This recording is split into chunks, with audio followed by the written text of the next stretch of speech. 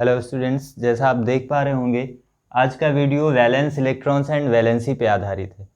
बहुत सारे बच्चों को कन्फ्यूज़न हो जाता है वैलेंसी निकालते समय कि किस तत्व का वैलेंसी कितना होता है, यानी कि अगर हम हिंदी में कहें तो वैलेंसी माने संयोजकता। तो तत्वों की संयोजकता के विषय में बहुत सारे बच्चों को कन्फ्यूज़न हो जाता है, इसलिए हम मुख्य रूप से यह वीडियो वैलेंसी पे आधारित है, वैलेंसी पे वीडियो बना रहे हैं। और मैं ये उम्मीद करता हूँ और मुझे विश्वास है कि आप सभी को पूरी तरह से संतुष्टि मिलेगी इन विषयों पर। जो आपको कन्फ्यूज़न है उससे आपको छुटकारा मिलेगा। देखते हैं वैलेंसी क्या होती है। सबसे पहले वैलेंसी देखने से पहले हम समझते हैं एटॉम के बारे में। एटॉम परमाणु जो आप पहले पढ़े भी होंगे, आप में से अधिकतर लोग वैलेंसी जानते भी होंगे, लेकिन बहुत सारे बच्चों को कन्फ्यूजन होता है, इसलिए सबसे पहले हम एटॉम को समझते हैं।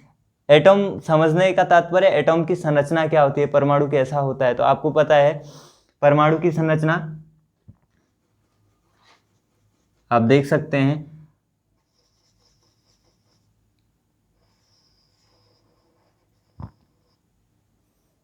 परमाणु में मुख्य रूप से हम कह सकते हैं कि परमाणु में 3 पार्टिकल्स होते हैं, इलेक्ट्रॉन, प्रोटॉन और न्यूट्रॉन।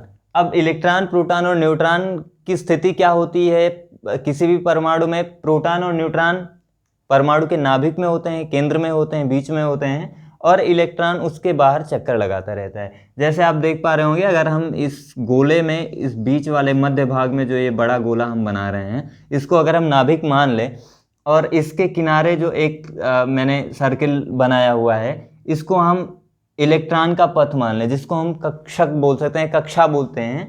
तो ये नाभिक हो गया और ये इलेक्ट्रॉन की कक्षा हो गई, परमाणु का कक्षा हो गया। इस नाभिक में प्रोटॉन और न्यूट्रॉन होते हैं, इलेक्ट्रॉन यहाँ होते हैं जो नाभिक से बाहर चक्कर लगाते रहते हैं। अब आपको याद होगा परमाणु क्रमांक या परमाणु संख्या तत्वों का, तो हमारे मन में कभी ना कभी आता है, हम भी सोचते थे जब हम बहुत छोटे थे, आप भी सोचते होंगे कि ये जो परमाणु संख्या होता है ये निर्धारित कैसे किया जाता है कि हाइड्रोजन का एक ही है। कोई ज़बरदस्ती थोड़ी है कि हाइड्रोजन ही 1 नंबर पे हो सकता है, कार्बन क्यों नहीं हो सकता है, ऑक्सीजन क्यों नहीं हो सकता है। तो क्या कारण है कि हाइड्रोजन को 1 नंबर पे रखा गया है, या क्या कारण है कि हीलियम को 2 नंबर पे ही रखा गया है, हीलियम 20 पे क्यों नहीं हो सकता है, 20 पे कैल्शियम क्यों है, कैल्शियम 2 पे हो जाना चाहिए। कर सकते हैं ऐसा? अगर नहीं कर सकते हैं तो क्या कारण है, क्यों इसको इस सिस्टमेटिक ढंग से रखा गया है। तो आप में से बहुत लोगों को पता होगा, बहुत लोगों को नहीं पता होगा, तो मैं बता दे रहा हूं। किसी भी परमाणु में जितने प्रोटॉन पाए जाते हैं वह संख्या उस परमाणु की परमाणु संख्या कहलाती है। यानी कि मान लीजिए हाइड्रोजन है, हाइड्रोजन का परमाणु क्रमांक 1 है, तो यह बताता है हमें कि हाइड्रोजन के एक परमाणु में 1 प्रोटॉन पाया जाता है, इसलिए उसको 1 नंबर पे रखा गया है, यानी कि उसकी परमाणु संख्या परमाणु क्रमांक 1 होता है। हीलियम में 2 पाए जाते हैं, इसलिए वह 2 नंबर पे है। इसी प्रकार अभी मैंने कैल्शियम की बात की, उसमें 20 होते हैं, इसलिए वह 20 पे है। इसी प्रकार अगर हम इलेक्ट्रॉनों की संख्या के बारे में बात करें, अगर हम प्रोटॉन की बात कर रहे हैं, तो किसी भी परमाणु में जितने इलेक्ट्रॉन होते हैं उतने ही प्रोटॉन भी पाए जाते हैं, यानी कि प्रोटॉन और इलेक्ट्रॉन की संख्या सदैव किसी भी परमाणु में बराबर होती है। हम लिख सकते हैं इलेक्ट्रॉन बराबर प्रोटॉन या प्रोटॉन बराबर इलेक्ट्रॉन। अब बात आती है न्यूट्रॉन की। तो आप लोग पढ़े होंगे द्रव्यमान संख्या। द्रव्यमान संख्या किसे कहते हैं? किसी भी परमाणु में प्रोटॉनों और न्यूट्रॉनों का जितना योग होता है, यानी कि प्रोटॉनों की संख्या और न्यूट्रॉनों की संख्या का जो जोड़ होता है, जो योग होता है, उस संख्या को हम किसी भी परमाणु का द्रव्यमान संख्या कहते हैं। मान लीजिए कि आपके पास है सोडियम। सोडियम, अब सोडियम का परमाणु क्रमांक आपको पता होगा, सोडियम का परमाणु क्रमांक होता है 11। 11 से हमको यह पता चल गया कि सोडियम के परमाणु में 11 प्रोटॉन पाए जाते हैं। अब कोई पूछ ले इलेक्ट्रॉन कितने होते हैं, सोडियम में हमने लिख दिया P बराबर 11, यानी कि प्रोटॉन 11 हो गए। अब कोई पूछे इलेक्ट्रॉन कितने होते हैं, तो हमें पता है प्रोटॉन और इलेक्ट्रॉन सभी परमाणु में बराबर, सभी तत्वों में बराबर होते हैं, तो E बराबर भी हम क्या लिख देंगे 11। अब कोई पूछे न्यूट्रॉन कितना होता है, तो न्यूट्रॉन बराबर क्या होता है, अभी मैंने हिंट दे दिया है, आप लोगों को पता चल गया होगा। जितने लोगों को पता चला है वो कमेंट बॉक्स में कमेंट कर दें, 5 सेकंड बाद मैं इसका सॉल्यूशन आपको बता दूंगा। चलिए देखते हैं। अभी मैंने कहा है द्रव्यमान संख्या। द्रव्यमान संख्या क्या होता है? प्रोटॉन और न्यूट्रॉन की संख्या का योग। प्रोटॉन और न्यूट्रॉन की संख्या का योग, यानी कि प्रोटॉन और न्यूट्रॉन को जब हम जोड़ देंगे तो द्रव्यमान संख्या पता चल जाएगा। अब इसका द्रव्यमान संख्या कितना होता है? 23। 23 में से प्रोटॉन कितना है? 11। 23 में से 11 प्रोटॉन भी है, अब बाकी का न्यूट्रॉन बच रहा है, तो 23 में से प्रोटॉनों की संख्या घटा देंगे तो न्यूट्रॉन बच जाएगा, यानी कि टोटल कितना होंगे? 12। क्लियर? तो ये हो गए आपके, हालांकि ये हमारा विषय नहीं था लेकिन ये जानना जरूरी भी था वैलेंसी देखने के लिए। फिलहाल हम बात कर रहे थे वैलेंसी के विषय में। वैलेंसी क्या होती है? जैसे अभी हमने बताया कि परमाणु संख्या किसी का निश्चित होता है, किसका 1 है, 2 है, 3 है, 4 है। ये ऐसा क्यों होता है? इसका कोई कारण है। इसी प्रकार अगर हम बात करें, हम लोग अभिक्रियाओं के विषय में पढ़ते हैं पूरी केमिस्ट्री में, ये अभिक्रिया ऐसे हुई तो ये बना, ये बना, ये बना। ये क्यों होता है? अभिक्रियाएं क्यों होती क्यों हैं? ये भी तो एक विषय है ना समझने के लिए। हमारे मन में जिज्ञासा आ सकती है, हमें ये जिज्ञासा हो सकती है, क्यूरियोसिटी, कि कोई भी अभिक्रिया होती क्यों है, क्या कारण है। अभी जैसे मान लीजिए हमने आपसे कहा कि सोडियम धातु है या लिथियम धातु है, इसको जल से संपर्क होता है तो अभिक्रिया हो जाती है, तुरंत अभिक्रिया। बहुत सारी अभिक्रियाएं होती हैं, धीमे होती हैं, अभिक्रियाएं होती हैं, तो क्यों होती हैं? अब मान लीजिए जैसे ये हमारे पास मार्कर है, ये व्हाइट बोर्ड है, हम इसको दोनों को सटा के मिला दें एकदम से और ज़्यादा चिपका दें, इसमें धंसा दें, कोई अभिक्रिया होगी? नहीं होगा। कोई नया पदार्थ बनेगा? नया नहीं बनेगा। अब ये टूट के 2 हो जाए दूसरी बात है, नया नहीं बनेगा, यही रह जाएगा ना।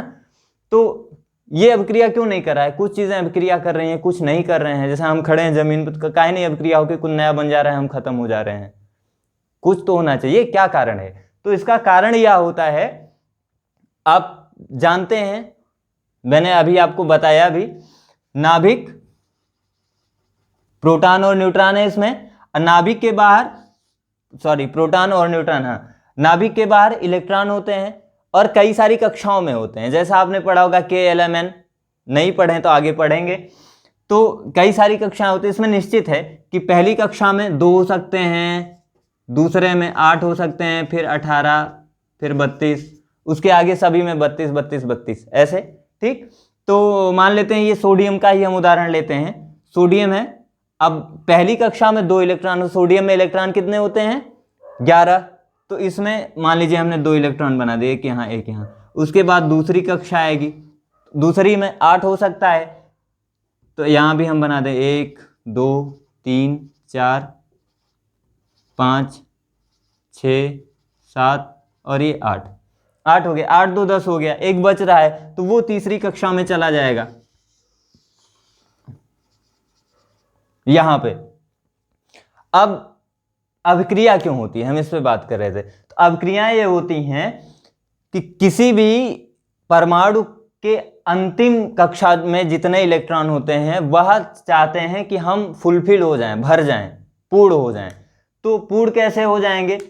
सभी चाहते हैं कि हम 8 हो जाएं। कितने हो जाएं? 8। अगर उसके बाहरी कक्षा में, सबसे बाहरी कोश में 8 इलेक्ट्रॉन हो गए तब वह संतुष्ट हो जाए। इसीलिए आप देखते होंगे कि 18वें जो स्तंभ में जितने भी होते हैं, यानी कि ग्रुप 18 के जितने भी एलिमेंट्स हैं वो निष्क्रिय गैस होते हैं। निष्क्रिय क्यों होते हैं? क्योंकि आप जब उनका निकालेंगे तो उसके बाहरी कक्षा में इलेक्ट्रॉनों की संख्या पर्याप्त होती है, इसलिए वो रिएक्शन नहीं करते। रिएक्शन करते क्यों हैं? अपने बाहरी कोश में परमाणुओं की संख्या को 8 बनाने के लिए। हाँ, हाइड्रोजन है, हाइड्रोजन में एक ही कक्षा होता है। जैसे हाइड्रोजन का अगर हम ये इस तरह से परमाणु की संरचना बनाएंगे तो ये इसका नाभिक हो गया। अब हाइड्रोजन में होता कितना इलेक्ट्रॉन है? परमाणु क्रमांक 1 है, यानी कि प्रोटॉन 1 है, तो प्रोटॉन जितने होंगे उतने इलेक्ट्रॉन भी होगा। तो एक प्रोटॉन है तो एक ही इलेक्ट्रॉन होगा। अब एक इलेक्ट्रॉन है तो यहाँ पे है, दूसरा इलेक्ट्रॉन है होता तो भी यहाँ पे होता। जब 3 होते तब उसमें दूसरी कक्षा भी होती। तो इसमें होता टोटल एक ही कक्षा है। अब पहले ही कक्षा में 2 से ज़्यादा हो नहीं सकते, तो ये 8 नहीं बनाता। ये चाहता है हम 2 हो जाएं, क्योंकि 2 से ज़्यादा हो नहीं पाएगा, तो ये चाहता है कि हम 2 हो जाएं। बाकी जितने भी तत्व वो चाहते हैं कि हमारे बाहरी कक्षा में 8 इलेक्ट्रॉन हो जाएं। ठीक, इसलिए किसी भी रासायनिक अभिक्रिया में किसी भी परमाणु का सबसे बाहरी कक्षा का जितना इलेक्ट्रॉन होता है वही भाग लेता है। बाकी के जैसे मान लीजिए ये सोडियम है आपका, सोडियम में 2 और 8, ये जो 10 हैं के और एल में, ये कुछ नहीं, एकदम से शांत बैठे रहते हैं किसी भी अभिक्रिया के दौरान। अब भाग कौन लेता है? जो ये लास्ट में 1 आ रहा है वही, 2 8 1 होता है ना, 2 8 फिर 1, तो जो 2 8 हैं वो एकदम से शांत हैं, उनको कोई टेंशन नहीं है, अभिक्रिया हो चाहे ना हो उनको कोई समस्या नहीं। समस्या इसको है, तो यही बेचारा दौड़ भाग करता है किसी तरह हम 8 हो जाएं। तो देखिए अगर हम सोडियम का KLMN में यहाँ पे लिख दें, 2 हो गया, 8 हो गया और 1 हो गया। अब ये 8 कैसे होगा? 8 होने का इसके पास 2 विकल्प है, 2 रास्ता है। पहला रास्ता यह है कि या कहीं से 7 और ले आए इलेक्ट्रॉन, 7 इलेक्ट्रॉन ले आएगा तो 1 और 7 कितना हो जाएगा? टोटल 8। अगर 7 नहीं ला पा रहा है कहीं से तो ये वाला 1 भी निकाल दे, अगर ये वाला 1 चला जाएगा तब इसके पास बचेगा 2 और 8। क्लियर? 2 और 8 बचेगा तो इसका 8 पूरा। जैसे मान लीजिए आपके पास 101 रुपए हैं, 101 रुपए हैं, अब आप चाहते हैं कि मेरे पास केवल नोट ही नोट रहे, वो भी 100-100 का, तो आपके पास क्या रास्ता है? या तो आप 99 रुपए कहीं से लेके आए और या तो 1 रुपए वो भी खर्चा कर दें, तो आपके पास 100 रुपए का एक नोट बच जाएगा। यही सेम चीज यहाँ पे है। अब या तो ये अपना 1 निकाल दे या तो 7 कहीं से ले आए, ठीक? तो ये सरल क्या है, 1 निकालना या 7 कहीं से लेके आना। तो 1 निकालना, जैसे वही अभी मैंने कहा पैसे की बात, तो आप कहीं से 99 रुपए लाना ज़्यादा आसान पड़ेगा या 1 जो है उसका कुछ कहीं पे खर्चा कर देंगे और 100 का एक नोट बच जाएगा। आप खुद समझदार हैं। तो ये क्या करेगा? 1 इलेक्ट्रॉन त्याग देगा, निकाल देगा। तो जब ये 1 इलेक्ट्रॉन निकालेगा तो यही होता है कि जितने बाहरी कोष्ठ में, जैसे मान लीजिए किसी में 1 है, 2 है, 3 है और 4 है, अगर इतने हैं तो 1 है तो वो 1 निकालना ज़्यादा आसान समझेगा, 2 है तो 6 लाने के बजाय 2 निकालना, 3 है तो 5 लाने के बजाय 3 निकाल देगा, 4 है तो वो 4 ले भी सकता है 8 बनाने के लिए और 4 अपना निकाल भी सकता है 8 बनाने के लिए। क्लियर? तो किसी के बाहरी कोश में अगर 1 2 3 और 4 हैं तो ये उसकी संयोजकता हो जाएगी। लेकिन अगर 4 से ज़्यादा है, 5 है या 6 है या 7 है, 5 6 या 7 है, तो क्या होगा? तब ये निकालेगा नहीं, तब ये लाने की कोशिश करेगा। अगर 5 है तो 3 ले आएगा, तब ये पूरा हो जाएगा। तो इसकी संयोजकता क्या हो जाएगी? 3, यानी कि 8 में से तब घटा देंगे। अगर 1 2 3 4 है तब तो जितना रहेगा वही उसकी संयोजकता हो गई। लेकिन अगर 5 6 7 में है तो 8 में से 5 गया 3, यानी कि अगर किसी के बाहरी कोश में 5 इलेक्ट्रॉन है तो उसकी संयोजकता 3, 6 है तो उसकी संयोजकता 2, यानी 2 ले आएगा तो 8 पूरा हो जाएगा, 7 है तो उसकी संयोजकता 1। क्लियर? तो ये होती है संयोजकता। अब इसके विषय में हम आगे बात करते हैं। संयोजकता के बाद में हम बात करते हैं कोई भी अभिक्रिया होती कैसे है। कहीं पे प्लस का चार्ज आ जाता है, जैसे आप देखे होंगे NaCl बहुत जगहों पे लिखा होता है, तो Na+, जैसे मान लीजिए ये लिख देते हैं Na+ और Cl-। तो ये प्लस और माइनस जैसे चार्जेस कैसे आ जाते हैं, किसी पे आवेश और किसी पे जैसे धन आवेश होता है, किसी पे ऋण आवेश होता है, इनके विषय में अगर हम बात करें तो जैसे मैंने अभी आपको बताया किसी भी परमाणु में इलेक्ट्रॉन और प्रोटॉनों की संख्या समान होती है। आप जानते हैं कि इलेक्ट्रॉन ऋणावेशित होता है, उस पर माइनस चार्ज होता है, और प्रोटॉन धनावेशित होता है, उससे प्लस चार्ज होता है। अब जैसे यही सोडियम है, सोडियम में 11 प्रोटॉन और 11 इलेक्ट्रॉन है, तो प्रोटॉन होने की वजह से मान लेते हैं उस पर 11 प्रोटॉन की वजह से 11 प्लस पॉइंट है, इलेक्ट्रॉन 11 होने की 11 ही माइनस हैं, तो प्लस और माइनस दोनों चार्जेस की संख्या समान है। इसलिए जब कहीं पे हम Na लिखते हैं तब वहाँ पे हम कोई चार्ज नहीं लगा, क्योंकि उसके पास प्लस और माइनस दोनों की संख्या बराबर है, धनावेश और ऋणावेश यानी कि इलेक्ट्रॉन और प्रोटॉन दोनों बराबर है। लेकिन अगर इसी में से इलेक्ट्रॉन निकल गया, यानी कि प्रोटॉन तो निकलेगा नहीं, निकलेगा या आएगा तो क्या आएगा? क्या आएगा? प्रोटॉन या इलेक्ट्रॉन ही आएगा, सॉरी इलेक्ट्रॉन ही जाएगा या आएगा। तो क्या होता है उसमें? अब इसमें हम ये जानते हैं 11 हैं प्रोटॉन और 11 ही रहेंगे, इलेक्ट्रॉन आए या जाए। अब 11 प्रोटॉन होने की वजह से इस पे 11 प्लस हैं, लेकिन अगर यहाँ से ये एक इलेक्ट्रॉन निकाल देता है, किसी से अभिक्रिया करेगा तो एक निकालेगा ही, तो एक निकालेगा अगर, तो इसके पास माइनस वाला आवेश कितना हो जाएगा, 10 बचेगा, इलेक्ट्रॉन 10 ही बचेंगे। अब 10 इलेक्ट्रॉन पे 11 प्रोटॉन हो जाएंगे, तो यानी कि प्रोटॉन धनावेश हो गया, और धनावेश एक बढ़ जाएगा, है ना, क्योंकि ऋणावेश 10 ही बचा और प्रोटॉन इसके पास 11 है, तो 10 पे 11 है, यानी कि एक धन इसके पास ज़्यादा है। तो जब इलेक्ट्रॉन निकल जाता है तो जितने इलेक्ट्रॉन निकलते हैं उतने प्लस उस पे लगते हैं। जैसे मान लीजिए इसमें से 2 निकलेगा तो 9 बचेगा, हालांकि निकलता नहीं है 2, सोडियम से एक ही इलेक्ट्रॉन निकलेगा। मान लेते हैं अगर 2 निकलता तो क्या होगा, 9 इलेक्ट्रॉन बचेगा, और प्रोटॉन रहेंगे 11, तो 9 और 11 में कितना अंतर आ गया, 2 का, तो 2 प्लस पॉइंट उसके पास ज़्यादा हो जाएगा, यानी धनावेश उसके पास ज़्यादा है, तो वहाँ पे 2 का चार्ज लग जाएगा। हालांकि सोडियम पे नहीं, ये आगे मैग्नीशियम पे लग सकता है। जैसे मैग्नीशियम का 12 होता है, तो मैग्नीशियम का जैसे मान लीजिए यहाँ Na को हटा के Mg लिख दें, तो Mg में क्या होगा, 2, 8 और फिर यहाँ पे 2 आ जाएगा, 2 वही हाल है, या तो ये 6 कहीं से लेके आए, 6 नहीं ला पा रहा है तो ये भी 2 निकाल दे, तो ये क्या करेगा, 2 निकालेगा, 2 निकालेगा तो इसके पास 12 है, 12 इलेक्ट्रॉन 12 प्रोटॉन है, तो 12 इलेक्ट्रॉन प्रोटॉन में से प्रोटॉन तो 12 रह ही जाएंगे। अब 2 इलेक्ट्रॉन निकाल देगा तो इलेक्ट्रॉन कितने बचेंगे इसके पास, 10, तो 2 प्लस पॉइंट इसके पास ज़्यादा हो जाएगा, यानी कि 2 धनावेश इसके पास ज़्यादा है, तो इस पे 2 चार्ज आ जाएगा। इसी तरह एक कन्फ्यूज़न और होती है बच्चों को, जैसे सूत्रों में मान लेते हैं कि सोडियम का क्लोराइड बना तो NaCl होता है केवल, मैग्नीशियम का क्लोराइड बना तो MgCl2 हो जाता है ना। तो क्लोराइड है तो क्लोराइड माने, जैसे मान लीजिए सोडियम का क्लोराइड है तो NaCl, मैग्नीशियम का क्लोराइड है तो MgCl होना चाहिए, MgCl2 कैसे हो जाए, एल्युमिनियम क्लोराइड है तो AlCl3 हो जाता है। तो इसका कारण यही है कि जैसे मान लीजिए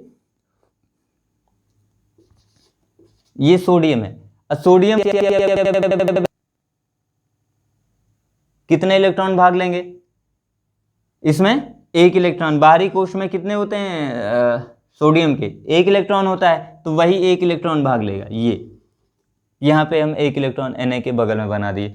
अब अभिक्रिया किससे करा है, क्लोरीन से, क्लोरीन लिख दिए। क्लोरीन का कितना होता है, परमाणु क्रमांक कितना होता है, 17 Cl, और 17 Cl माने कितना, 17 प्रोटॉन, 17 प्रोटॉन माने 17 इलेक्ट्रॉन भी होंगे। तो इसको अगर हम कक्षाओं के हिसाब से डिवाइड करें तो पहली कक्षा में 2 हो गया, दूसरी में 8, तीसरी में 2, 8, 10 पूरा हो गया ना, 10 को हम बांट दिए तो बचा कितना, 7, तो इसमें 7 है। अब इसको कितने की आवश्यकता है, 1 की, तो ये क्या करेगा, इसके पास 7 हैं, 1, 2, 3, 4, 5, 6 और ये एक 7। अब 7 तो ये देगा नहीं, 7 हैं तो 1 लेना ज़्यादा आसान है, तो ये क्या करता है, सोडियम का 1 ले लेता है। सोडियम का 1 ले लेगा अगर,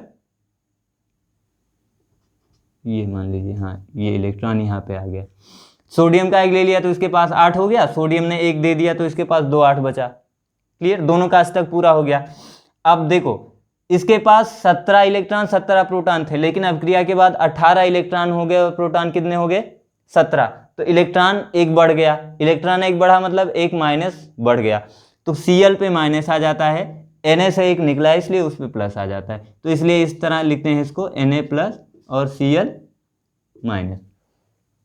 इसी तरह मैग्नीशियम का देखेंगे अगर, तो Mg 12 होता है, तो 12 में 2 निकालना पड़ेगा इसको, तो 2 निकालने के लिए अब क्लोरीन से अगर अभिक्रिया कर रहा है, क्लोराइड की बात हम अगर करें तो क्लोरीन का 2, 8, 7 होता है, तो इसको अकेले एक क्लोरीन को तो 2 दे नहीं देगा, वो 8 अष्टक बनाना चाहता है ना, 8 ही बनाना चाहता है, तो 9 तो करेगा नहीं वो कि ठीक है कोई बात नहीं हमको दोनों दे दो। तो क्या करता है कि 2 इलेक्ट्रॉनों को बुलाता है कि आइए एक आप ले लीजिए, एक आप ले लीजिए, ठीक। तो 2 इलेक्ट्रॉनों की, 2 क्लोरीन की आवश्यकता पड़ती है उनको अपना इलेक्ट्रॉन त्यागने के लिए, क्योंकि एक ही क्लोरीन को वो 2 इलेक्ट्रॉन नहीं दे सकता, ना तो वो ले सकता है, तो इसलिए क्या करता है, 2 क्लोरीन से अभिक्रिया करता है, तो MgCl2 हो जाता है। क्लियर, और 2 इलेक्ट्रॉन त्यागने के कारण मैग्नीशियम पे 2 प्लस का आवेश आता है, यानी कि प्लस चार्ज उस पे 2। हाँ, इस टॉपिक में आपको कुछ महत्वपूर्ण चीज़ें बता दें, इंपॉर्टेंट फैक्ट्स। जैसे मान लीजिए इलेक्ट्रॉन देने और लेने की बात हम कर रहे थे, तो इलेक्ट्रॉन देने और लेने की बात जहाँ तक है वह इलेक्ट्रॉन त्यागने का जो गुण होता है वो किसी धातु में ही होता है। यानी कि कोई अगर अधातु है, कोई यानी कि नॉन मेटल है, तो वो इलेक्ट्रॉन त्याग नहीं सकता है, वो केवल इलेक्ट्रॉन ग्रहण कर सकता है। ठीक। और इलेक्ट्रॉन ग्रहण करने की बात तो आप समझ ही गए होंगे, इलेक्ट्रॉन ग्रहण करने की बात जहाँ तक है वो कोई मेटल यानी कि कोई धातु इलेक्ट्रॉन ग्रहण नहीं कर सकता, वो केवल नॉन मेटल यानी कि अधातु ही इलेक्ट्रॉन ग्रहण कर सकते हैं। तो आप एक चीज़ या भी जब आप पढ़ेंगे, आपका शायद तीसरा चैप्टर होगा 10th में, धातु और अधातु, तो उसमें क्या होता है कि धातु किन्हें कहते हैं, तो आप उसमें पढ़ेंगे कि इलेक्ट्रॉन त्याग कर धनायन बनाने। अब इलेक्ट्रॉन त्यागेगा तो धनायन ही बनेगा, प्लस चार्ज ही आएगा। तो इलेक्ट्रॉन त्याग कर धनायन बनाने की प्रवृत्ति रखने वाले तत्व को क्या कहते हैं, मेटल कहते हैं। इसी तरह अधातु पढ़ेंगे, इलेक्ट्रॉन ग्रहण करके, अब इलेक्ट्रॉन ग्रहण करने से क्या होगा, माइनस पॉइंट उसके पास ज़्यादा होगा तो रेडायन बनेगा। तो इलेक्ट्रॉन ग्रहण करके रेडायन बनाने की प्रवृत्ति रखने वाले को हम अधातु कहते हैं, नॉन मेटल कहते हैं। अब दो चीज़ें, तो जहाँ पे जैसे मैग्नीशियम है, सोडियम है, एल्यूमिनियम है, ये सभी चीज़ें, कापर है, तो क्या करेगा, ये धातु है तो इलेक्ट्रॉन त्यागेगा। क्लोरीन है तो क्या करेगा, ग्रहण करेगा। अब इससे आपको कुछ चीज़ें ऑटोमेटिक पता चल सकती हैं अगर आप थोड़ा सा मेरे बताने के बाद भी अपना दिमाग लगाते हैं तो। पहली चीज़ मैंने कहा, इलेक्ट्रॉन त्याग कर धनायन बनाने की प्रवृत्ति रखने वाले को मेटल कहते हैं या धातु कहते हैं। तो इलेक्ट्रॉन कोई त्यागेगा कब, अभी मैंने थोड़ी देर पहले कहा था, जब 1, 2 और 3 होते हैं तब कोई इलेक्ट्रॉन त्यागता है। जैसे किसी के पास 1 है अंतिम कोश में तो त्याग कर अपना पूरा कर लेगा, किसको निकाल देना ज़्यादा सही है। 2 है तो निकालना ज़्यादा सही समझेगा, 3 है निकालना, 4 है तो वो निकाल भी सकता है ले भी सकता है क्योंकि आधे पे है। तो निकालेगा कौन, जिसका 1, 2 और 3 होगा, और निकालेगा कौन, जो धातु होगा। इससे हम यह भी कह सकते हैं कि 1, 2 और 3 जिनका भी वैलेंसी होती है, जिसकी संयोजकता 1, 2 या 3 होती है, वो धातु होते हैं।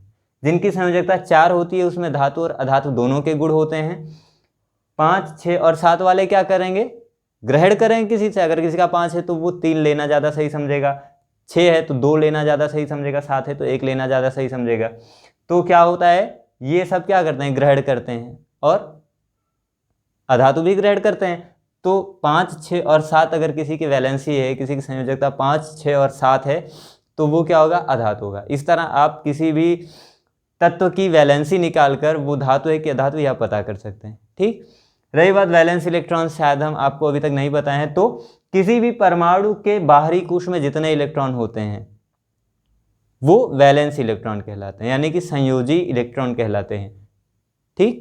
तो वैलेंस इलेक्ट्रॉन किसे कहते हैं, ऐसे इलेक्ट्रॉन जो किसी भी रासायनिक अभिक्रिया में भाग लेते हैं वो वैलेंस इलेक्ट्रॉन्स कहलाते हैं। देखो बाबू, वीडियो बहुत लंबा ना बनाने के लिए मैं यहीं तक अब वीडियो को समाप्त कर रहा हूं, और आप लोगों को किसी भी टॉपिक पे यहाँ पे अगर कुछ समझ में ना आया हो तो वो आप बिल्कुल पूछ सकते हैं। मैं पूरी कोशिश करूँगा कि आपको समझा सकूँ, आपके जो भी कन्फ्यूज़न्स हैं उनको मैं क्लियर कर सकूं, आपका कॉन्सेप्ट क्लियर कर सकूं। और अगर बाहर से कोई टॉपिक आप पूछना चाहते हैं वो आप कमेंट कर सकते हैं, आप कमेंट बॉक्स में लिखिए, हम पूरी कोशिश करेंगे आपको नेक्स्ट वीडियो में वो आपको समझा सकूं मैं। हाँ, फर्स्ट चैप्टर 10th का साइंस जो है, फर्स्ट चैप्टर आपका कंप्लीट हो गया है।